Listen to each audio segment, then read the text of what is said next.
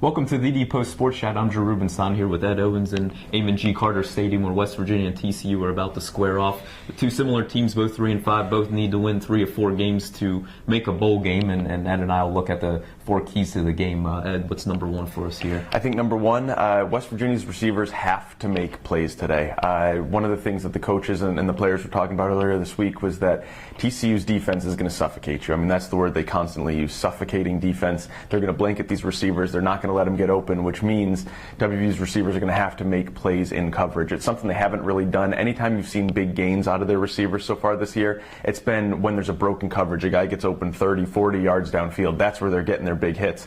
But they haven't really been good at possessing the ball, beating guys, going up and getting it. It's something they really have to work on, especially today. They need to be able to do that in order to have any success. And I think that leads into number 2, which would be WVU's offensive line versus TCU, and specifically their pass rush. The other side of the equation is for Clint Trickett to have a chance to even read a defense and then identify the players downfield. The offensive line has to be able to block for them. I think WVU went a stretch there of 4 games where they had shuffled their offensive line. It seems like they've settled in on 5 guys that they feel comfortable with. The one question mark is Pat Egger, who went out last week with an injury, how comfortable he is. But TCU leads the league with 24 sacks. They also lead the league in interceptions, so they have playmaking ability there. Clint has at times struggled with making throws and has struggled with identifying defenses, but in this game, throw on top of that, a lot of times he's probably going to be under pressure, so how West Virginia's offensive line holds up will be something interesting to watch. Yeah, absolutely. Another thing that's going to be pretty interesting is seeing if this team can finish a game.